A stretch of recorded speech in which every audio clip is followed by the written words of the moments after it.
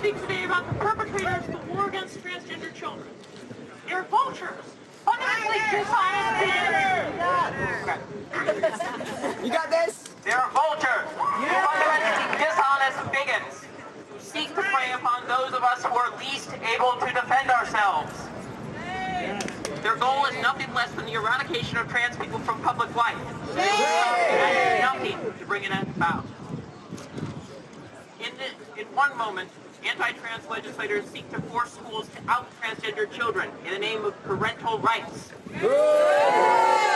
Simultaneously, they prohibit transgender children from receiving the medical care they need to be themselves. They deny parents the right to make informed decisions about their children's health care. Hypocrisy is blatant, but it is not coincidental.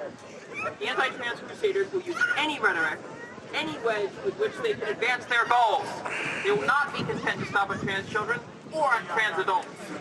They seek the eradication of all deviancy, to force everyone to conform to a system in which women are little more than baby generation machines and men are little more than violent enforcers. Once, the medical establishment shared many of the same priors. The surgeries which are used to help trans people today were first invented to, quote-unquote, correct intersex people.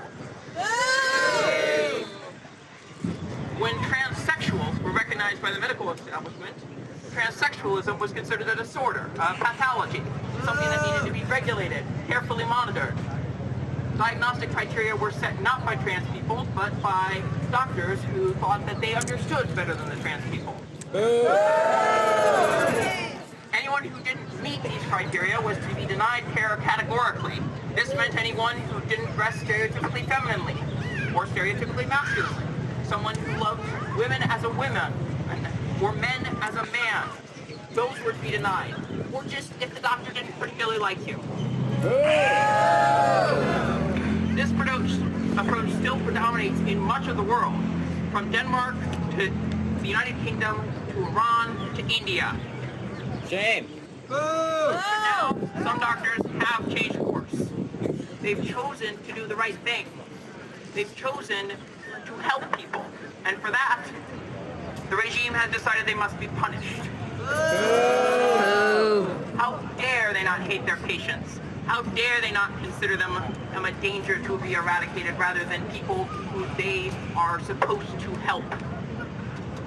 It is for this reason that the regime targeted UW-Madison, and it is for this reason that UW-Madison has capitulated.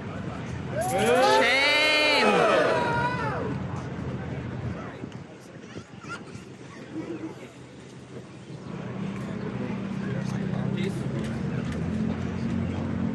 Some of the first transgender networks sprung up to help people lie to doctors, help them survive a system which sought their elimination. For a long time, trans people only had each other. We felt like we were alone. Every inroad of solidarity felt like an uphill battle. That is no longer the case. The Queer Coalition has by and large stood by its trans siblings.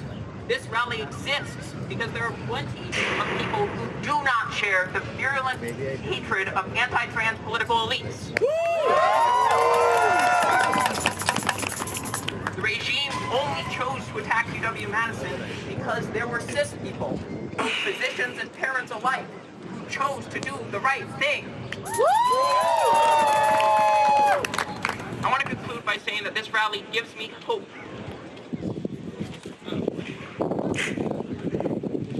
Family acceptance is one of the single greatest determinants of trans mental health. I was very lucky in this regard, but I know many people who have not been so blessed. Many of them continue to struggle, cut off from their support structures and cut off from funds. So, to the parents of trans kids who are in the audience, those of you who have chosen to support your child in a hostile world, thank you.